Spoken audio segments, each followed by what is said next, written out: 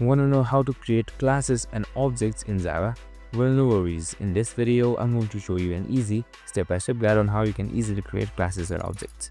It's super simple, so let's get right into it.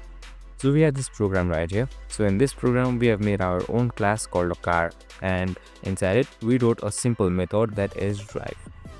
So that just prints some car vibes. Then on main, we created an object of class using new car. So you can see new car right here. So this is another method. So we called myCar.drive to run that method. So that's basically how objects work. You define a class, then make objects from it and use its stuff. And that's real clean. And that's it. Super simple and easy. This is how you can easily create classes in Java.